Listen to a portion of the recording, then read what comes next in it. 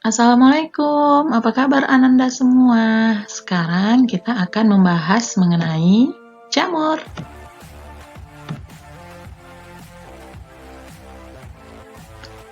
Apakah Ananda semua pernah melihat jamur ini?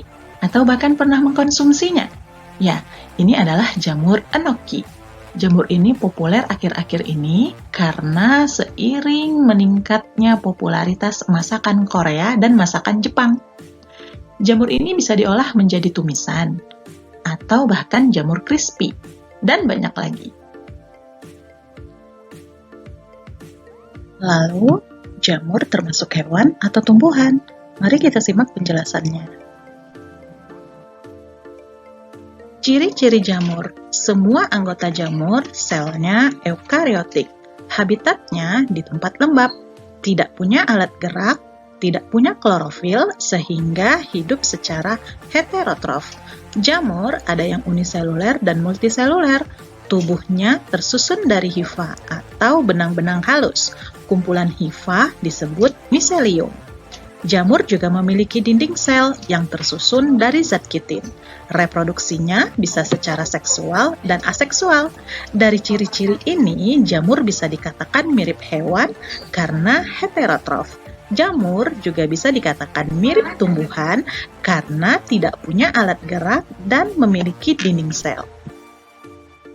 Oleh karena itu, jamur tidak digolongkan ke tumbuhan maupun hewan, tetapi memiliki kingdom sendiri, yaitu kingdom fungi. Struktur jamur. Secara umum, jamur dibagi menjadi 3. Yang pertama, struktur kamir atau jamur uniseluler. Selanjutnya, ada kapang yang berupa benang-benang halus, seperti yang kita temui pada roti yang sudah basi. Struktur yang ketiga adalah cendawan, yang memiliki badan buah seperti jamur kuping, jamur tiram, maupun jamur merang. Tubuh jamur terdiri dari benang-benang halus yang disebut dengan hifa. Hifa terbagi menjadi 2. Ada hifa yang bersekat dan hifa yang tidak bersekat. Hifa bersekat biasa juga disebut dengan hifa bersepta. Hifa yang tidak bersekat biasa juga disebut dengan hifa tidak bersepta. Kumpulan hifa akan membentuk miselium. Jadi, jamur itu sendiri adalah miselium. Miselium terbagi menjadi 2 berdasarkan fungsinya. Ada miselium vegetatif yang fungsinya untuk mencari makanan dan miselium generatif yang fungsinya untuk menghasilkan keturunan. Struktur jamur, bagian bawah disebut dengan miselium. Karena berfungsi menyerap makanan, maka disebut dengan miselium vegetatif. Selanjutnya ada tangkai buah, cincin atau yang biasa disebut anulus, lalu tudung atau yang biasa disebut dengan pileus. Di bawah tudung ada lamela. Nah, dari struktur jamur ini, kita bisa mengenali mana jamur yang aman untuk dikonsumsi dengan yang tidak boleh dikonsumsi. Jika jamur tersebut memiliki cincin, sebaiknya jangan dikonsumsi. Apabila warna tudung mencolok seperti merah, orange, juga tidak boleh dikonsumsi. Kita ambil contoh jamur merang. Jamur merang tidak memiliki cincin. Warna tudungnya juga hitam, putih, atau keabu-abuan. Nah, sementara ini adalah jamur amanita. Warna tudungnya merah atau orange dan juga memiliki cincin, sehingga jamur amanita tidak boleh untuk dikonsumsi. Cara jamur memperoleh makanan bisa dengan 3 cara. Saprofit atau menyerap nutrisi dari organisme yang sudah mati. Bisa kita lihat jamur sering hidup di batang-batang kayu yang sudah lapuk. Selanjutnya ada parasit, yaitu mengambil nutrisi dari makhluk hidup. Contohnya jamur panu yang mengambil nutrisi dari kulit kita. Lalu ada cara mutual. Nah, untuk mutual ini, maka jamur akan bersimbiosis dengan organisme lain sehingga membentuk lichens dan mycorrhiza. Bentuk simbiosis jamur. Jika jamur bersimbiosis dengan alga, maka akan membentuk lumut kerak atau lichens. Jika jamur bersimbiosis dengan akar tanaman, maka akan membentuk mikoriza. Lalu, bagaimana bentuk simbiosis antara jamur dan alga atau jamur dan akar tanaman? Simbiosis di sini mereka saling menguntungkan, di mana jamur dapat menyerap air dan mineral. Alga bisa berfotosintesis. Jadi bentuk simbiosisnya, jamur akan membantu alga untuk menyerap air dan garam-garam mineral yang akan digunakan oleh alga untuk berfotosintesis. Selanjutnya, sari-sari makanannya akan dibagi. Begitu juga dengan jamur dan akar tanaman. Jamur membantu akar tanaman memperoleh air dan garam mineral. Selanjutnya, akar tanaman akan melanjutkan air dan garam mineral tersebut ke daun untuk difotosintesis. Lalu, hasil fotosintesisnya akan diberikan juga kepada jamur.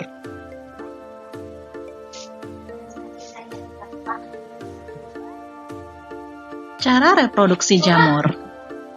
Reproduksi secara aseksual yang dilakukan oleh jamur uniseluler adalah dengan bertunas. Sementara untuk jamur multiseluler dilakukan dengan cara fragmentasi atau menghasilkan spora aseksual. Reproduksi secara seksual pada jamur uniseluler dilakukan dengan cara konjugasi. Sementara untuk jamur multiseluler akan menghasilkan spora seksual. Jenis-jenis spora pada jamur. Spora aseksual pada jamur terdiri dari conidiospora yang dihasilkan di conidium. Conidiospora bisa kita temui pada jamur Penicillium notatum. Selanjutnya ada sporaniospora yang dihasilkan di sporangium. Sporaniospora bisa kita jumpai pada jamur Rhizopus stolonifer. Selanjutnya ada spora seksual. Spora seksual pada jamur terdiri dari 3 jenis, Zygospora, Basidiospora, dan Ascospora. Klasifikasi jamur berdasarkan cara reproduksi seksualnya. Yang pertama, ada kelompok Basidiomycota. Kenapa disebut Basidiomycota? Karena cara reproduksinya menghasilkan Basidiospora. Spora ini dihasilkan di basidium. Contoh jamur golongan Basidiomycota adalah jamur merang. Biasanya jamur ini memiliki payung. Selanjutnya ada golongan Ascomycota, menghasilkan Ascospora. Ascospora dihasilkan di dalam ascus. Contoh jamur Ascomycota adalah Saccharomyces. Sementara untuk jamur multiselulernya biasanya memiliki tubuh buah seperti mangkuk, botol, dan lain-lain. Selanjutnya ada golongan Zygomycota, menghasilkan spora seksual yang disebut dengan Zygospora.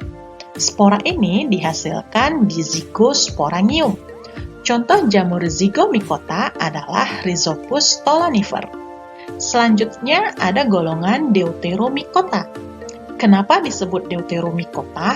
Karena belum diketahui cara reproduksi seksualnya, sehingga disebut dengan jamur imperfecti. Jika jamur ini sudah diketahui cara reproduksi seksualnya, maka dia akan dipindahkan ke kelompok sesuai dengan cara reproduksi seksualnya. Contoh, jamur oncom. Dulu, jamur oncom belum diketahui cara reproduksi seksualnya, sehingga masuk golongan Deuteromycota.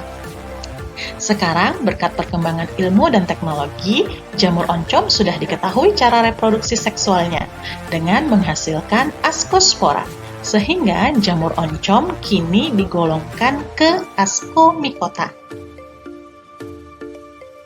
Reproduksi seksual Basidiomycota.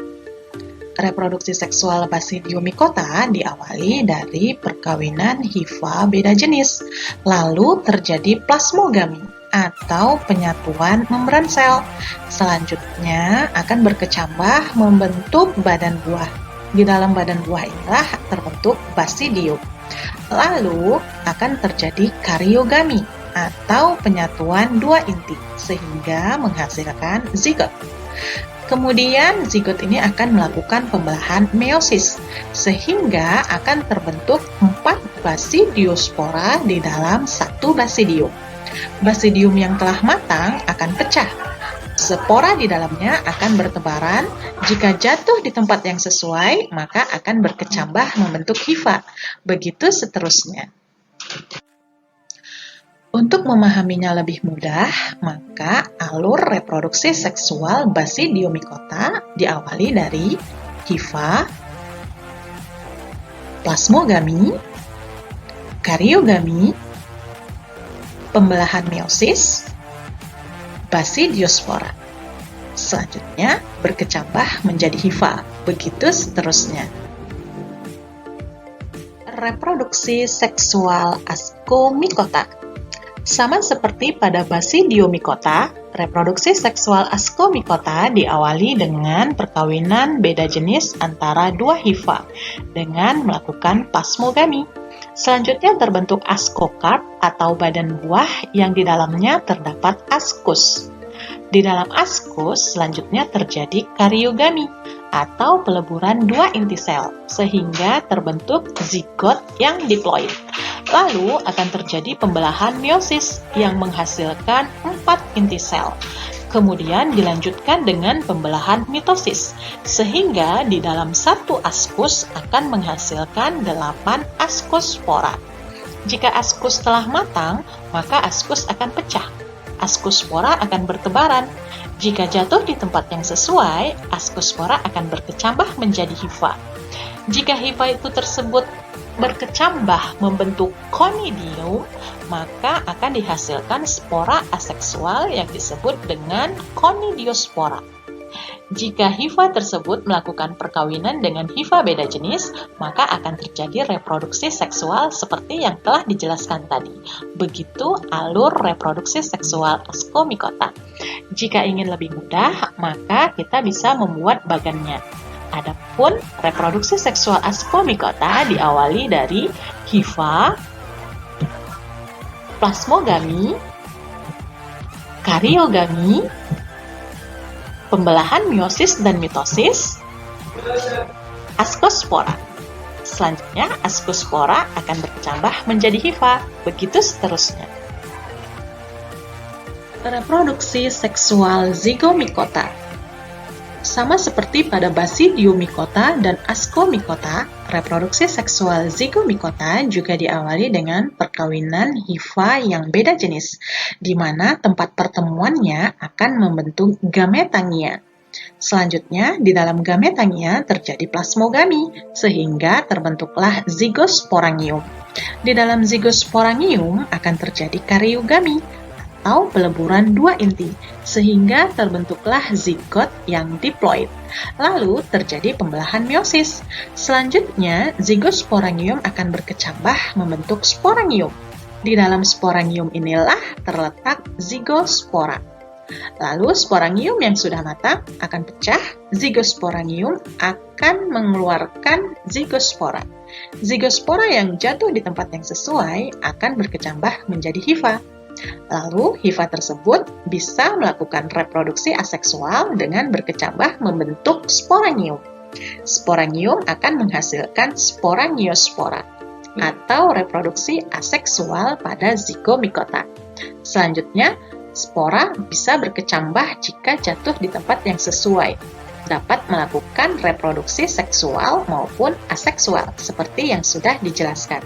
Untuk lebih mudahnya, maka alur reproduksi seksual Zygomycota diawali dengan hifa, plasmogami, karyogami, pembelahan meiosis, dan terbentuklah zygospora.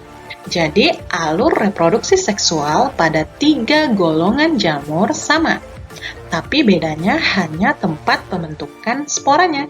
Jika Basidiomycota di dalam basidium, Ascomycota di dalam ascus, dan Zygomycota di dalam zygosporangium. Adapun perbedaan antar divisi jamur tersebut bisa kita lihat dari tabel berikut.